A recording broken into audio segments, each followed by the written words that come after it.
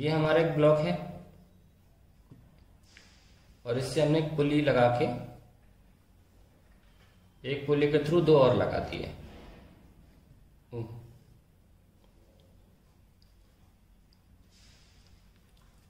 ठीक है, तो ये हम मान लेते हैं मास m1 है, ये मान लेते हैं मास m2 है, ये मान लेते हैं मास m3 है। अब थोड़ा पेचीदा हो जाएगा मामला, ध्यान से देखिएगा,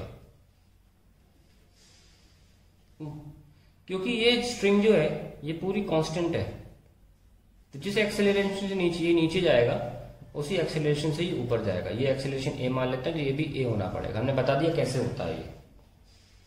पर ध्यान रखें कि ये जो एक्सेलरेशन मैंने लिखे हैं ये इस पुली के रिस्पेक्ट में है, ना कि एक्चुअल जो हम ग्राउंड के रिस्पेक्ट में सारे एक्सेलरेशन निकालते हैं उसके रिस्पेक्ट में नहीं है। वजह यह है कि ये पुली भी नीचे आ रही है क्योंकि ये बॉक्स नीचे जा रहा है। सपोज ये एक्सेलरेशन a डैश है, ठीक है, तो ये नीचे आ रही है पुली a डैश से, और ये ब्लॉक जो ऊपर नीचे कर रहे हैं ये विद रिस्पेक्ट टू पुली लिखा है मैंने a, with respect to ground नहीं है, स्टेशनरी ऑब्जर्वर नहीं है। तो हमें तो एक्सेलरेशन स्टेशनरी ऑब्जर्वर के अकॉर्डिंग निकालना होता है। तो क्या करें, देखिए हमारे पास एक पुली है,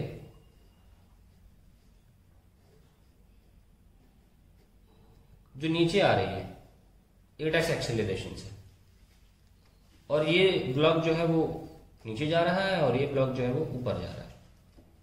ठीक है, तो अब इसका रिस्पेक्ट टू ग्राउंड क्या होगा, m2 और m3, acceleration of m2 with respect to ground. तो अब देख सकते हैं कि आप अगर नीचे आ रहा है और ये ऊपर आ रहा है तो ग्राउंड के रिस्पेक्ट में ये स्लो दिखेगा। अल्टीमेटली ब्लॉक तो नीचे ही आ रहा है, अल्टीमेटली m2 को नीचे आना पड़ेगा, लेकिन अगर ये ऊपर जा रहा है तो ग्राउंड वाले ऑब्जर्वर के रिस्पेक्ट में ये इससे स्लो दिखेगा। तो इसका एक्सेलरेशन क्या हो जाएगा, ग्राउंड के रिस्पेक्ट में ऐसे लिखना चाहिए, a2 with respect to ground will be a dash minus a। ठीक है, that is the acceleration of the second body. और ये जो है ये खुद भी नीचे आ रहा है और पुली भी नीचे आ रही है, तो दोनों के एक्सेलरेशन जुड़ जाएंगे। Acceleration of m3 with respect to ground, this will be a3g, that is a dash plus a। ये बहुत ध्यान रखना है इन चीजों में आपको, और अब हम अपनी सारी कैलकुलेशन कर सकते हैं। तो अब हम जब मार्क कर चुके हैं कि सारे ब्लॉक्स के एक्सेलरेशन अज्यूम करके मार्क कर चुके हैं, now let's begin the calculation on a new page, क्योंकि वो पेज भर जाएगा।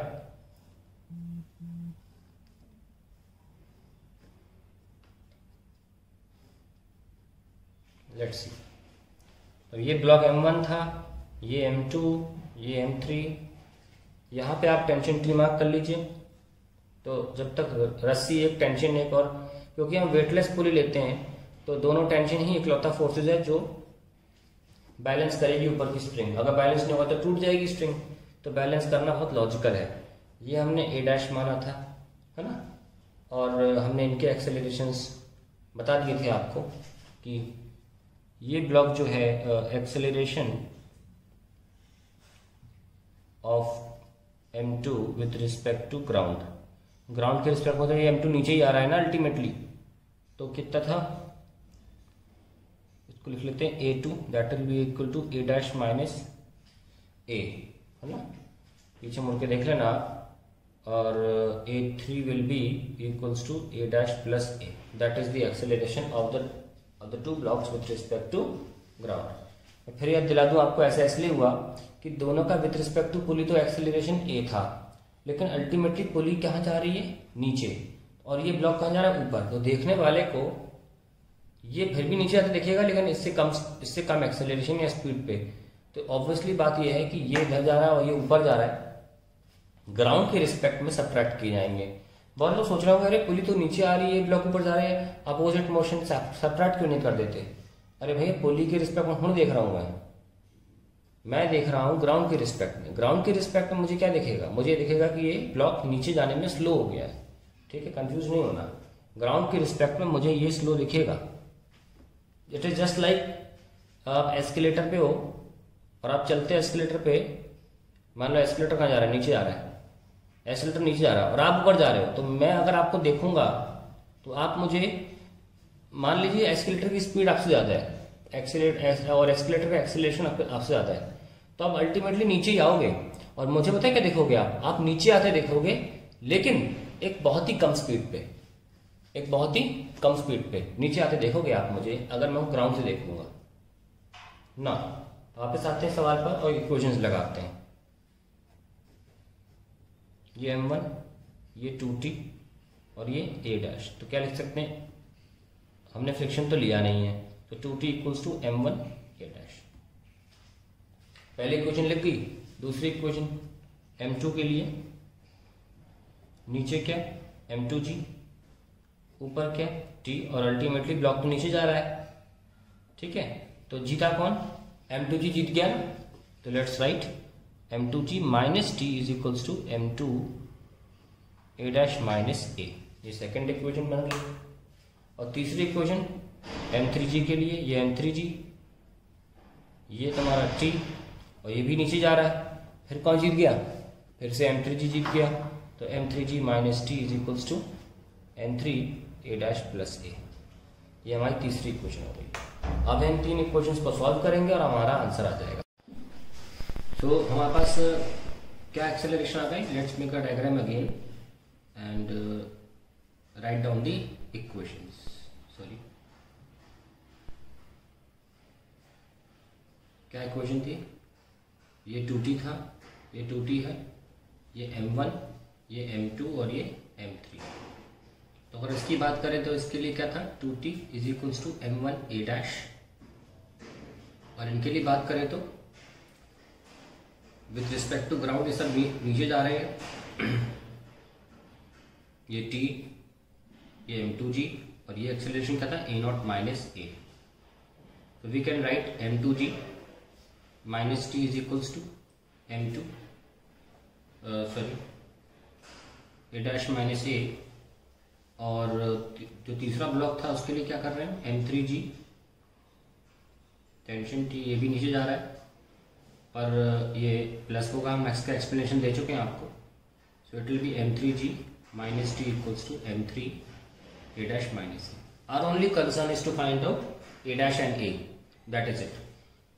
तो कैसे कर सकते हैं हम, पहले इक्वेशन में t रख लीजिए, m2g माइनस लिख देते हैं पुटिंग वैल्यू ऑफ t, ये फर्स्ट इक्वेशन है, ये सेकंड इक्वेशन, ये third equation, value of t in second and third रखने जा रहे हैं। t क्या है, m1 a', t is equals to, देखो यहाँ पे m1 a' divide by 2 is equals to m2 a' minus a। ये हो गया। तो इसमें से आप a' minus a select out कर लीजिए, a' minus a is equals to g minus m1 upon 2 m2 a'। So देखिए हमने a' माइनस से सिलेक्ट आउट कर लिया। और दूसरी इक्वेशन जो है उसमें भी कर लीजिए ऐसे, a' प्लस a, और तीसरे के लिए प्लस था, sorry, plus a is equals to, अब m3 लेके आओगे तो ये m3 कैंसिल हो जाएगा and you will get g minus m1 upon 2 m3 a'। ठीक है, ये आपकी इक्वेशन हो गई, दोनों a' माइनस और a' प्लस है। तो आप देख सकते हैं आप, ये एलिमिनेट हो गया,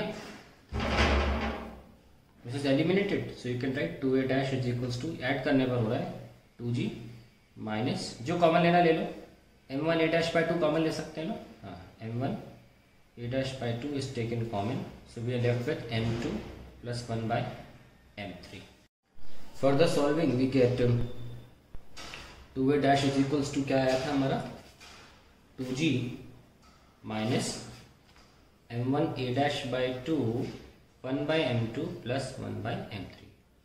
ठीक है, अब आप क्या कर सकते हो, इसको यहाँ ले आओ, साथ में हमें a' निकालना है ना, m1 a' divide by 2 1 by m2 plus 1 by m3, और यहाँ पे सिर्फ आप 2g छोड़ दीजिए, और आप क्या करिए, आप 2 से डिवाइड कर दीजिए पूरे इक्वेशन को a dash will be 2 plus 1 by 2 m1 by 2 1 by m1 plus 1 by m2 है m3 equals to 2g and then we have नीचे ले जाओ 2g upon 2 plus m1 by 2 1 by m2 plus 1 by m2. This is the expression of the a dash. You have एक आप 2 चाहो तो नीचे ले जा सकते हो, तो ये ऐसा हो जाएगा g upon 1 plus m1 by 4 1 by m2 plus 1 by m3. इधर बेसिक कैलकुलेशन है.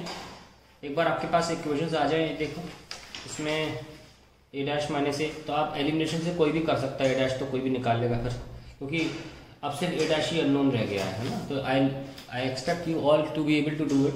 ज़्यादा हैवी कैलकुलेशन नहीं है, बस इधर से उधर करना है. आप a डैश निकाल लिया, इसके बाद आप आसानी से टेंशन भी निकाल सकते हो, जो कि था m1 a dash divide by 2, और फिर आप a भी निकाल सकते हो by keeping it any equation, जैसे कि a dash minus a is equals to क्या था, g minus t by 2 t by n2 ये था. तो t आपका यहाँ से आ जाएगा. Then you can solve for a also and a dash you already have. It's a heavy calculation to find out a. तो बेटर होगा कि आप a डैश पे रखें. एक्चुअली जो क्वेश्चन हमने लिया है यहाँ पे उसमें a डैश ही निकालना था, और अगर कोई आपसे बोलेगा t और a, तो डेफिनेटली आपसे इतनी कैलकुलेशन नहीं कराएगा. आपको न्यूमेरिकल वैल्यू दी जाएगी और न्यूमेरिकल वैल्यू से कंप्रेस होकर एक वैल्यू आ जाएगी 2 या 3, फिर उसको पुट करके आसानी से a और t निकाला जा सकता है. तो just leave it till here only. ठीक है, I hope to understood this and then will go to many more examples now for FPT.